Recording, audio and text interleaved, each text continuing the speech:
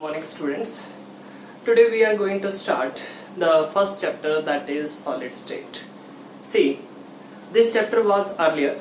In the last year this chapter was deleted from the CBSE syllabus, but as in the March we have got the CBSE syllabus, and in that syllabus this chapter was included in the session 2020-2021. Okay? So we are going to start this chapter. I think you haven't studied this chapter, so we are going to start this chapter. And here we will deal with solid state. States of matter you have studied: solid state, liquid state, gaseous state. जो liquid state थी और gaseous state थी वो already आपने +1 में पढ़ रखी है. अब ये solid state का कॉन्सेप्ट है, solid state हम यहाँ पे स्टार्ट करने जा रहे हैं. ठीक है? So अगर हम solids की डेफिनेशन देखें, what are solid? ठीक है, सॉलिड स्टेट को समझने से पहले हमें समझना पड़ेगा कि सॉलिड्स एक्चुअल में होते क्या हैं. So what are solids? See, अगर मैं सॉलिड्स की बात करूं तो सॉलिड्स ऐसे सब्सटेंसेस हैं जिनके केस में क्या प्रेजेंट है? डेफिनेट शेप प्रेजेंट है. डेफिनेट शेप है, they have definite mass and they have definite volume. Shape का जो क्राइटेरिया है वो सबसे मेन है सॉलिड्स के केस में. सॉलिड्स के केस में डेफिनेट शेप जो है वो एग्जिस्ट करती है, डेफिनेट ज्योमेट्री जो है वो एग्जिस्ट करती है. ठीक है, डेफिनेट मास तो होगा ही, एंड डेफिनेट वॉल्यूम जो वो इनके केस में होगा, क्योंकि अगर डेफिनेट शेप है डेफिनेट वॉल्यूम इनके केस में होगा. ठीक है, उसके बाद आ जाता है classification of solids. So solids की अगर हम बात करें तो जो सॉलिड्स हैं, these are classified into two categories. Solids are classified into two categories. First one are crystalline solids. सबसे पहले क्या है हमारे पास? Crystalline solids. और दूसरे हैं हमारे पास amorphous solids. ठीक है, सबसे पहले आते हैं हमारे पास crystalline solids और दूसरे जो solids हैं वो हैं amorphous solids. ठीक है, so first of all we will take up what are crystalline solids. तो crystalline solids जो है ऐसे solids हैं, crystalline solids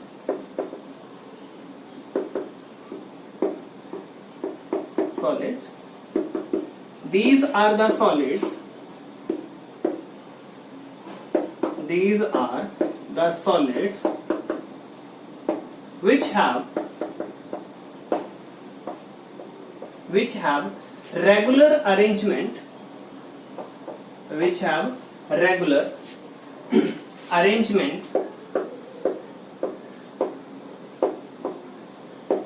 of constituting particles.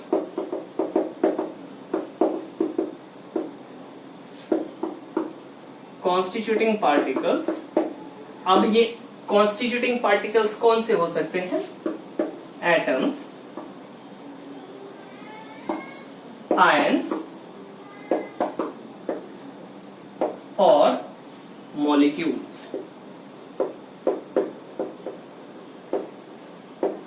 तो ऐसे सब्सटेंसेस जिनके केस में क्या है, रेगुलर अरेंजमेंट है कॉन्स्टिट्यूटिंग पार्टिकल्स का.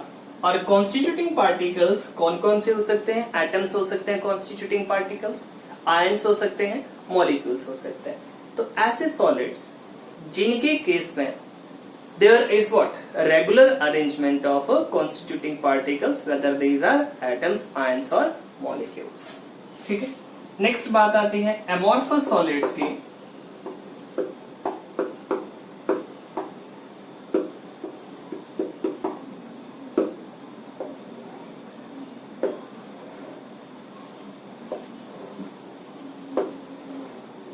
ठीक है, so what are amorphous solids?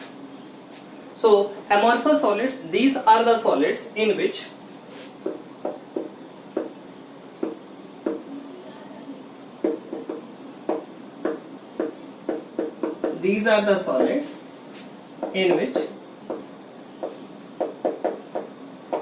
there is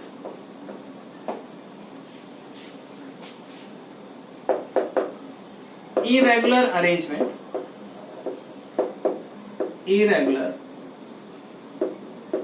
arrangement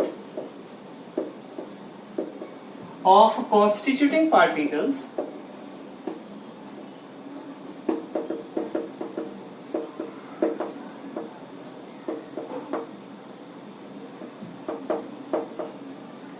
of constituting particles. Now these constituting particles may be what? Either atoms, ions or molecules.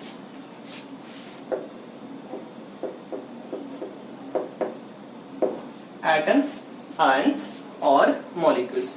ठीक है, तो दो तरह के सॉलिड्स, क्रिस्टलाइन, एमॉर्फस. ऐसे सॉलिड्स जिनके केस में रेगुलर अरेंजमेंट है, क्रिस्टलाइन सॉलिड्स, और ऐसे सॉलिड्स जिनके केस में किस तरह का अरेंजमेंट है, इरेगुलर. ठीक है, such kind of solids are known as amorphous solids. Now we will discuss the characteristics of crystalline solids and amorphous solids one by one. ठीक है, अब इसके बाद हम डिस्कस करेंगे characteristics of crystalline solids and thereafter characteristics of amorphous solids. So students, let's start with the characteristics of crystalline solids. सबसे पहला जो characteristic आता है that is long range order. The crystalline solids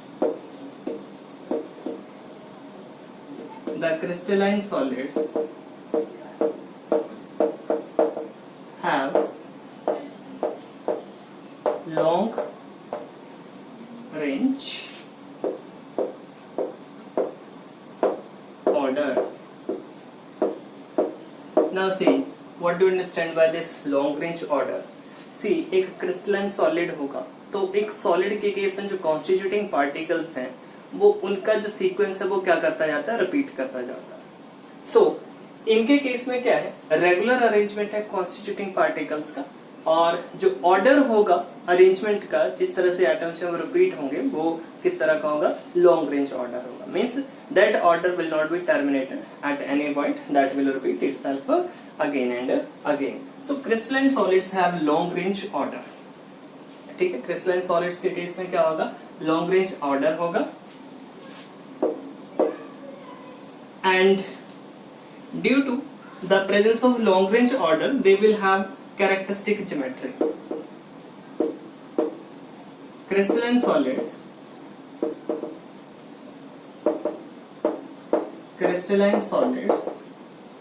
have regular geometry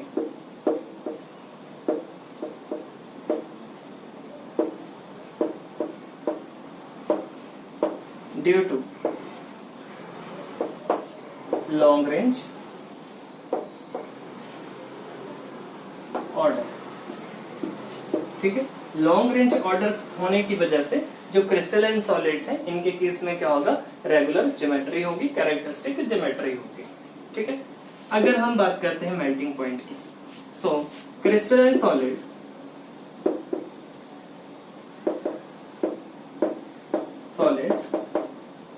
will have sharp melting point. ठीक है, sharp melting point जो वो observe होता है किसके केस, क्रिस्टलाइन सॉलिड्स के केस में. Now what about cleavage? Crystalline solids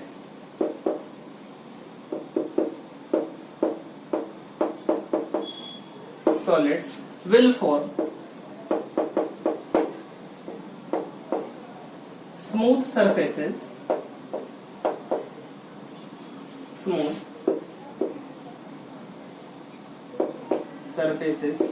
upon cleavage. ठीक है, अगर हम क्रिस्टलाइन सॉलिड्स को कट करते हैं तो उनके केस में किस तरह का सरफेसेस फॉर्म होंगे, स्मूथ सरफेसेस जो है वो फॉर्म होंगे. किसके केस में, क्रिस्टलाइन सॉलिड्स के केस में. एनाइसोट्रॉपी जो है वो ऑब्जर्व होती है क्रिस्टलाइन सॉलिड्स के केस में. Anisotropy is what, having different properties in different directions. So crystalline solids are anisotropic in nature. Crystalline solids are anisotropic in nature.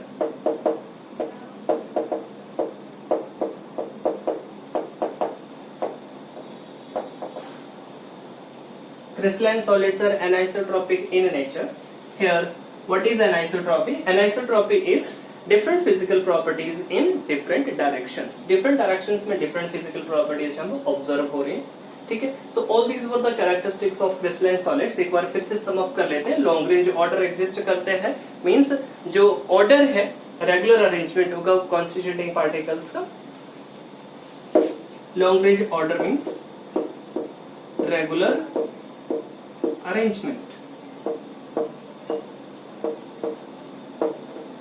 ठीक है। ये जो लॉन्ग रेंज ऑर्डर है इसकी वजह से क्या इंपार्ट होता है, रेगुलर अरेंजमेंट जो वो इंपार्ट होगा। और नेक्स्ट जो कैरेक्टरिस्टिक है दैट इज कैरेक्टरिस्टिक ज्योमेट्री। तो जो क्रिस्टलाइन सॉलिड्स हैं they will have regular geometry, characteristic geometry जो वो इनके केस में होती है, और उसका रीजन क्या है, long range order. Long range order होने की वजह से इनके केस में कैरेक्टरिस्टिक ज्योमेट्री जो वो ऑब्जर्व होती है। नेक्स्ट कैरेक्टरिस्टिक की अगर बात करते हैं तो नेक्स्ट है मेल्टिंग पॉइंट। क्रिस्टलाइन सॉलिड्स के केस में शार्प मेल्टिंग पॉइंट जो वो ऑब्जर्व होता है, मींस जो सॉलिड है एक पर्टिकुलर टेम्परेचर पे एकदम से क्या हो जाएगा, वो मेल्ट करना स्टार्ट हो जाएगा, सारा का सारा मेल्ट करना स्टार्ट कर देगा उस पर्टिकुलर टेम्परेचर पे। नेक्स्ट आता है क्लीवेज।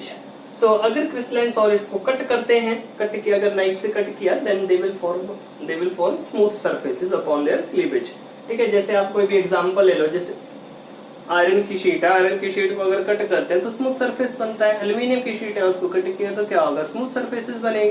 तो इस फिनोमेनन को हम क्या बोल रहे हैं, क्लीवेज जो है कट कर रहे हैं, तो क्या फॉर्म हो रहा है, यहाँ पे स्मूथ सरफेसेस जो फॉर्म हो रहे हैं। नेक्स्ट कैरेक्टरिस्टिक आ जाता है anisotropy. Anisotropy is the phenomenon of having different properties in different direction में different properties हम ऑब्जर्व होती हैं, ठीक है। और एक ही प्रॉपर्टी की अगर हम कंसीडर करें तो डिफरेंट डायरेक्शन में उसकी जो वैल्यू है वो डिफरेंट ऑब्जर्व होगी। तो crystalline solids are anisotropic in nature. Anisotropy is having different properties in different direction. Okay, so all these are the characteristics of what, crystalline solids. Now thereafter we will discuss the characteristics of amorphous solids.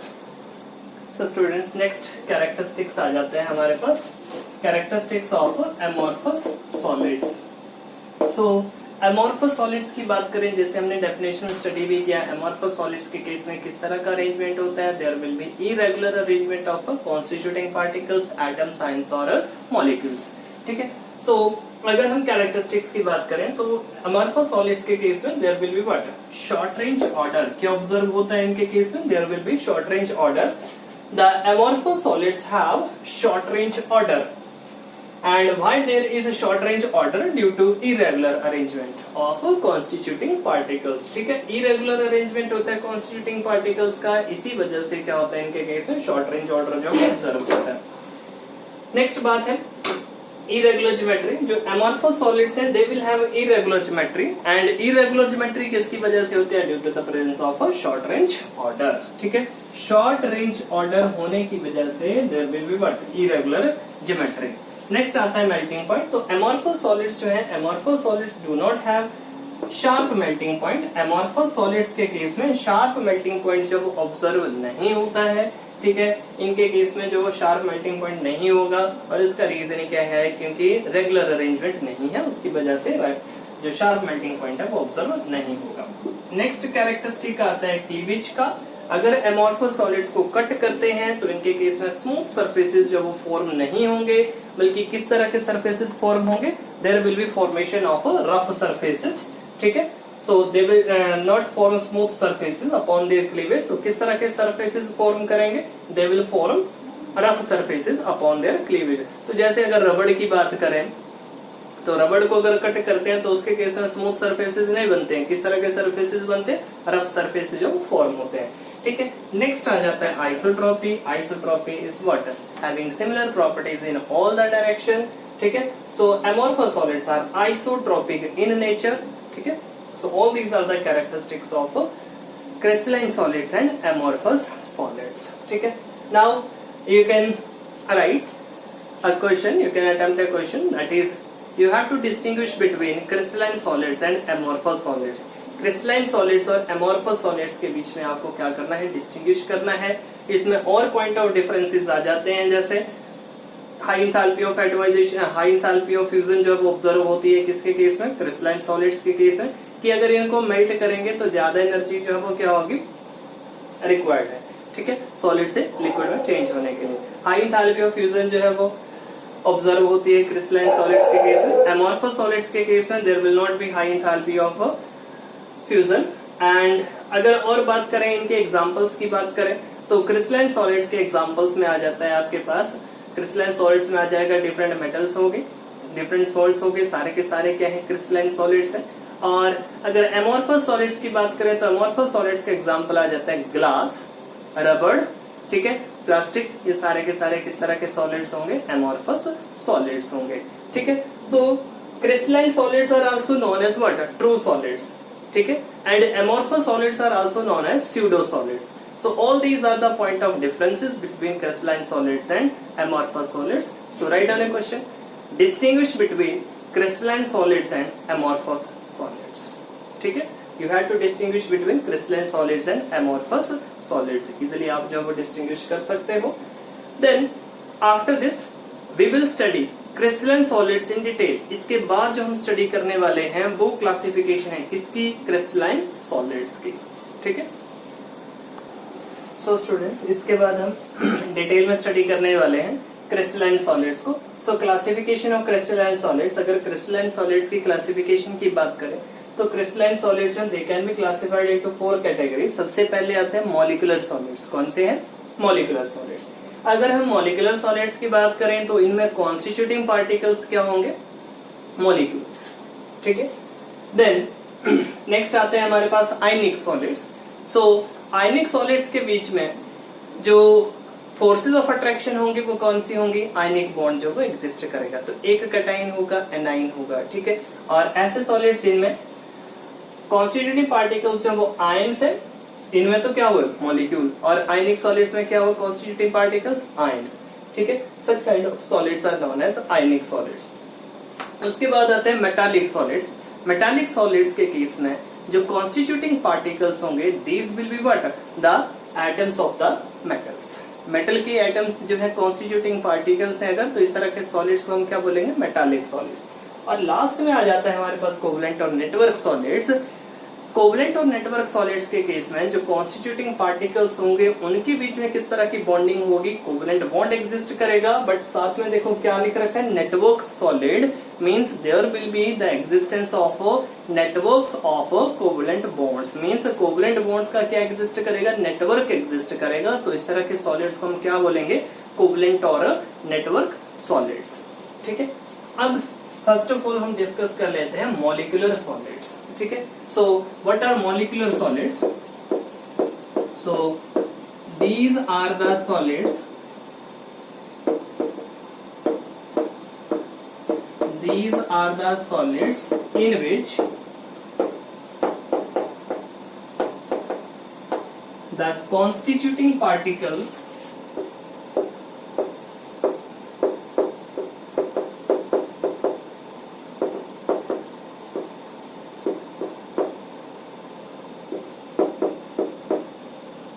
are molecules। ऐसे solids जिनके case में constituting particles क्या है, molecules है, ठीक है। अब अगर इन मॉलिक्यूलर सॉलिड्स की हम बात करें, इनकी टाइप्स की बात करें, देन एग्जांपल्स अगर इनकी बात करें कौन कौन से एग्जांपल्स हैं, जैसे होमोटॉमिक हाइड्रोजन जो है, जनरली हाइड्रोजन तो एग्जिस्ट करते हैं गैसियस स्टेट है, but remember one thing, matter can exist in 3 states. Matter जो है वो 3 के 5 स्टेट्स में भी एग्जिस्ट कर सकते हैं, बट जनरली हम 3 स्टेट्स को कंसीडर कर सकते हैं। हाइड्रोजन आपके पास लिक्विड स्टेट में भी एग्जिस्ट कर सकती है, गैसियस स्टेट में भी एग्जिस्ट कर सकती है, और ये सॉलिड स्टेट में भी एग्जिस्ट कर सकती है।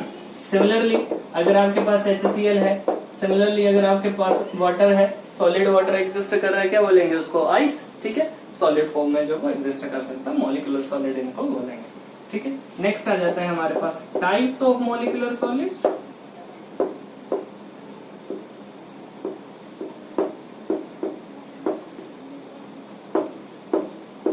Types of molecular solids. So types of molecular solids में फर्स्ट वन जो है वो तो आ जाते हैं, कौन से आ जाएंगे यहाँ पे, फर्स्ट वन जो आ जाते हैं, these are non polar molecular solids. Non polar molecular solids, ठीक है। नॉन पोलर मॉलिक्यूलर सॉलिड्स में क्या होगा, मॉलिक्यूल्स का जो नेट डाइपोल मोमेंट होगा वो क्या होगा, 0 होगा।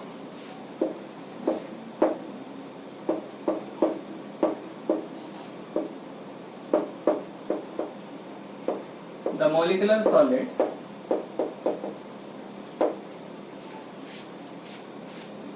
in which the net dipole moment is 0. ठीक है, तो इस तरह के मॉलिक्यूलर सॉलिड्स को क्या बोलेंगे हम? Non polar molecular solids. So these are the solids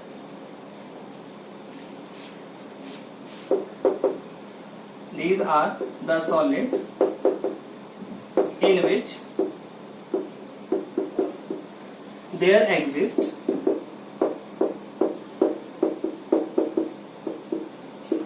weak van der Waals forces of attraction. So weak van der Waals forces of attraction exist कर सकती हैं, या फिर dispersion forces, there exist dispersion forces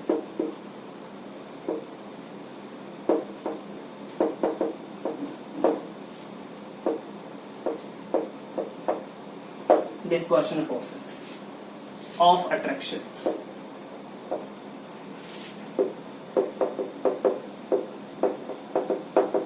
ठीक है, और इनके case में जो कॉन्स्टिट्यूटिंग पार्टिकल्स हो सकते हैं वो क्या हो सकते हैं? Atoms of noble gases in weak van der Waals forces या फिर डिस्पर्शन फोर्सेस जब एग्जिस्ट कर सकती हैं, या फिर जैसे मैंने आपको एग्जांपल बताया H2 मॉलिक्यूल है, H2 हो गया, N2 हो गया, O2 हो गया, इस तरह के होमो एटॉमिक मॉलिक्यूल्स जो वो एग्जिस्ट करेंगे. इनके केस में जो डिस्पर्शन फोर्स है वो एग्जिस्ट कर सकती है. ठीक है, so non polar molecular solids, जो डाइपोल मोमेंट होगा सॉलिड्स का, मॉलिक्यूल का, वो क्या होगा? 0 होगा. ठीक है, दूसरी कैटेगरी आ जाती है polar molecular solids.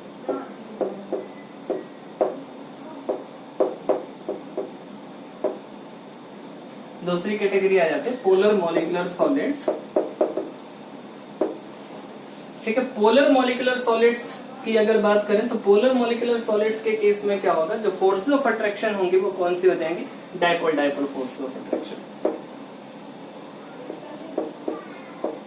These solids will have dipole-dipole forces of attraction.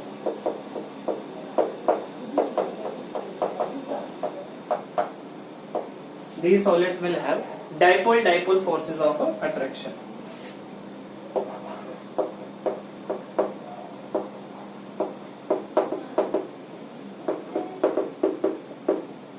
ठीक है, dipole dipole forces of attraction जो वो एग्जिस्ट करेगी. और इनका अगर मैं एग्जांपल लिखूं यहाँ पे, सपोज अगर मेरे पास एक HCl मॉलिक्यूल है, it will acquire delta positive charge और it will acquire delta negative charge. एक और है जैसे डेल्टा पॉजिटिव डेल्टा नेगेटिव. यहाँ पे जो फोर्सेस ऑफ अट्रैक्शन एग्जिस्ट करेंगी, देखो नेगेटिव चार्ज है, पॉजिटिव चार्ज है, डाइपोल क्रिएट हो गया. किस तरह की फोर्सेज आ गई?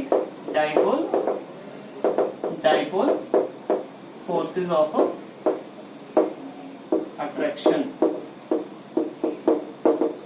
ठीक है, तो इस तरह के सॉलिड्स को क्या बोलेंगे हम? Polar molecular solids. अब बात कर लेते हैं नॉन पोलर और पोलर मॉलिक्यूलर सॉलिड्स के कंपैरिजन की, इनके कैरेक्टरिस्टिक्स की. नॉन पोलर मॉलिक्यूलर सॉलिड्स हैं, low melting and boiling point होगा इनके केस में, वीक फोर्स ऑफ अट्रैक्शन जब एग्जिस्ट करेंगी, and they will be poor conductor of heat and electricity. ठीक है, और अगर पोलर मॉलिक्यूलर सॉलिड्स की अगर बात करें तो इनके केस में जो फोर्सेस ऑफ अट्रैक्शन होंगी वो स्ट्रॉन्गर होंगी. किसके कंपैरिजन में? नॉन पोलर मॉलिक्यूलर सॉलिड्स के कंपैरिजन में. ठीक है, क्योंकि इनके केस में क्या एग्जिस्ट कर रहा है? स्ट्रॉन्ग डाइपोल डाइपोल फोर्सेस जो है अट्रैक्शन की एग्जिस्ट कर रही हैं. अगर strong force of attraction exist कर रहे हैं तो इनके केस में मेल्टिंग एंड बॉइलिंग पॉइंट की बात कर लेते हैं तो वो क्या होगा? हाई होगा. इनके केस में they will have high melting and boiling point. और कैरेक्टरिस्टिक्स की अगर बात कर ले, दे विल कंडक्ट इलेक्ट्रिसिटी. इनके केस में जैसे आयनाइज अगर कोई हो जाता है, जैसे वाटर है, तो वाटर में कंडक्ट इलेक्ट्रिसिटी. ठीक है, नेक्स्ट आ जाते हैं हमारे पास, नेक्स्ट जो थर्ड कैटेगरी आ जाती है वो है hydrogen bonded molecular solids. So next आ जाते हैं हमारे पास hydrogen bonded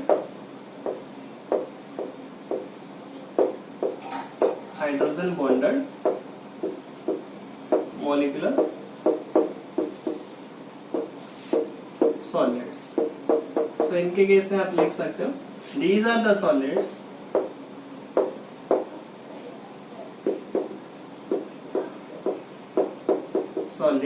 in which the constituting particles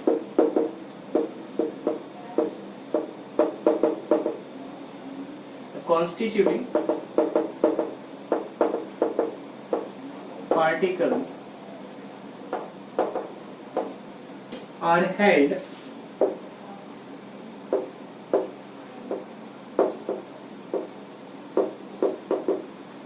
together by what? Hydrogen bonding. अब अगर हाइड्रोजन बॉन्डिंग की बात कर लेते हैं तो हाइड्रोजन बॉन्डिंग क्या होती है? Hydrogen bond, it is the bond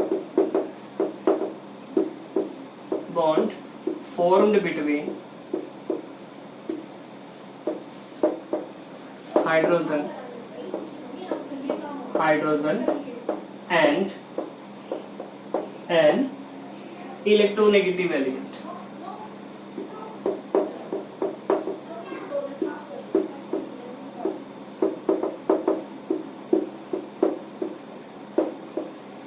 ठीक है, इसमें एग्जांपल कंसीडर कर लेते हैं। जैसे हमारे पास HF मॉलिक्यूल है, एक HF मॉलिक्यूल हो गया, दूसरा HF मॉलिक्यूल हो गया। अब यहाँ पे देखो, एक एलिमेंट तो क्या हो गया? हाइड्रोजन। हाइड्रोजन के ऊपर आ जाएगा डेल्टा पॉजिटिव चार्ज। फ्लोरीन जो है वो किस तरह का एलिमेंट है? इलेक्ट्रोनेगेटिव एलिमेंट है, तो फ्लोरीन के ऊपर किस तरह का चार्ज आ जाएगा? डेल्टा नेगेटिव चार्ज आ जाएगा, delta positive, delta negative. Now the force of attraction which will develop between what? Electronegative element and hydrogen. So necessary condition है हाइड्रोजन बॉन्डिंग के लिए, one of the atom should be what? Hydrogen. एक atom तो hydrogen होना ही चाहिए, और दूसरा जो एटम है वो क्या होना चाहिए? इलेक्ट्रोनेगेटिव एलिमेंट होना चाहिए। तो यहाँ पे दोनों कंडीशंस जो वो सेटिस्फाई हो रही हैं। फ्लोरीन जो है वो इलेक्ट्रोनेगेटिव एलिमेंट है, दूसरा एलिमेंट क्या है? हाइड्रोजन है। इसी तरह से आगे और जो है ये मॉलिक्यूल जो वो एग्जिस्ट करेगा, डेल्टा पॉजिटिव, डेल्टा नेगेटिव। ये जो बॉन्ड यहाँ पे फॉर्म हो रहा है, this is known as hydrogen bond. तो जो कॉन्स्टिट्यूटिंग पार्टिकल्स हैं, जैसे एक HF मॉलिक्यूल है, दूसरा HF मॉलिक्यूल है, these molecules are held together by what? A force of attraction, that is known as what? Hydrogen bond. ठीक है, तो इनके केस में हाइड्रोजन बॉन्डिंग जो वो एग्जिस्ट कर रहे हैं, और उसकी वजह से this hydrogen bonding is responsible for holding this molecules together. So hydrogen bonding जो है वो एक एडिशनल फोर्स है, HF बॉन्ड के एडिशनल एक फोर्स जो है, फोर्स ऑफ अट्रैक्शन जो एग्जिस्ट कर रहे हैं, that is known as what? Hydrogen bond. ठीक है, सो अगर इनकी कैरेक्टरिस्टिक्स की बात करें तो additional force of attraction that will came into existence, और उसकी वजह से क्या होगा? जो मेल्टिंग एंड बॉइलिंग पॉइंट है वो क्या हो जाएगा? रेज हो जाएगा। The molecule will have high melting and boiling point. The reason behind this is what? Hydrogen bonding. Hydrogen bonding की वजह से मॉलिक्यूल्स का melting and boiling point, specifically अगर मैं बॉइलिंग पॉइंट की बात करूं तो बॉइलिंग पॉइंट क्या हो जाता है? रेज हो जाता है if we are considering what? A liquid. ठीक है, अगर सॉलिड स्टेट में एग्जिस्ट कर रहा है तो उसका मेल्टिंग पॉइंट क्या हो जाएगा? इंक्रीज हो जाएगा। रीजन? फोर्स ऑफ अट्रैक्शन क्या कर रही है? इंक्रीज कर रही है। ठीक है, सो और अगर कैरेक्टरिस्टिक्स की बात करें, और अगर इनकी बात करें, अगर जनरल फिजिकल स्टेट की बात करें तो लिक्विड स्टेट में भी एग्जिस्ट कर सकते हैं, गैसियस स्टेट में भी एग्जिस्ट कर सकते हैं, बट जनरली जो है हाइड्रोजन बॉन्डिंग की वजह से जो है मॉलिक्यूल का एसोसिएटेड नेचर होता है, तो एक इस फिजिकल स्टेट में एग्जिस्ट करते हैं। जनरल जो फिजिकल स्टेट की मैं बात कर रहा हूँ वो है लिक्विड स्टेट, बट अगर लो टेम्परेचर तो definitely matter can exist in solid state. ठीक है, एक तो ये तो होगी इनकी जनरल फिजिकल स्टेट। अब बात कर लेते हैं इलेक्ट्रिकल कंडक्टिविटी की। These solids will not conduct electricity, means जो हाइड्रोजन बॉन्डेड मॉलिक्यूलर सॉलिड भी हैं, these will not conduct electricity, they are poor conductor of electricity. Next जो बात आ जाती है इनके केस में, मेल्टिंग एंड बॉइलिंग पॉइंट का बताया, तो मेल्टिंग एंड बॉइलिंग पॉइंट क्या हो जाता है इनके केस में? इंक्रीज हो जाता है। And what factor responsible for the increase in melting and boiling point? That is hydrogen bonding. ठीक है, तो आज हमने क्या स्टडी किया? आज हमने स्टडी किया सॉलिड्स क्या है, what are the solids, what are different types of solids. Types में हमने स्टडी किया crystalline solids and amorphous solids. Crystalline solids क्या होते हैं, एमोर्फस सॉलिड्स क्या होते हैं? अगर मैं क्रिस्टलाइन सॉलिड्स की बात करूं तो in case of crystalline solids there will be what? Regular arrangement of constituting particles. Amorphous solids की बात करें तो there will be what? Irregular arrangement of constituting particles. और भी हमने डिफरेंट कैरेक्टरिस्टिक्स जो डिस्कस किए crystalline solids and amorphous solids के बीच में। ठीक है, वो सारे के सारे कैरेक्टरिस्टिक्स आ जाएंगे। उसके बाद आता है क्रिस्टलाइन सॉलिड्स की फर्दर क्लासिफिकेशन। तो क्रिस्टलाइन सॉलिड्स को फर्दर क्लासिफाई किया जाता है 4 कैटेगरीज में। फर्स्ट आ गया आपके पास मॉलिक्यूलर सॉलिड्स। मॉलिक्यूलर सॉलिड्स के केस में जो कॉन्स्टिट्यूटिंग यूनिट होंगे वो क्या होंगे, मॉलिक्यूल्स होंगे। दूसरे आ जाते हैं आयनिक सॉलिड्स। इनके केस में जो कॉन्स्टिट्यूटिंग पार्टिकल्स होंगे वो क्या होंगे, आयंस। मेटालिक सॉलिड के केस में मेटल के एटम्स होंगे। और कोवलेंट और नेटवर्क सॉलिड्स के केस में नो डाउट कोवलेंट बॉन्ड तो एग्जिस्ट करेंगे, but there will be presence of network of covalent bonds. ठीक है, उसके बाद हमने 1 बाय 1 जो है वो क्लासिफाई किया किसको, फर्स्ट जो मॉलिक्यूलर सॉलिड्स थे उनको क्लासिफाई किया। 3 टाइप के थे, कौन कौन से, polar molecular solids, non polar molecular solids and hydrogen bonded molecular solids. ठीक है, so this is all about for today's lecture. कल के लेक्चर में जो हम स्टार्ट करेंगे, हम आयनिक सॉलिड से स्टार्ट करेंगे। आयनिक सॉलिड्स के कैरेक्टरिस्टिक्स क्या हैं, आयनिक सॉलिड्स हैं क्या, इनके कैरेक्टरिस्टिक्स क्या हैं। उसके बाद metallic solids, thereafter we will shift for the covalent और नेटवर्क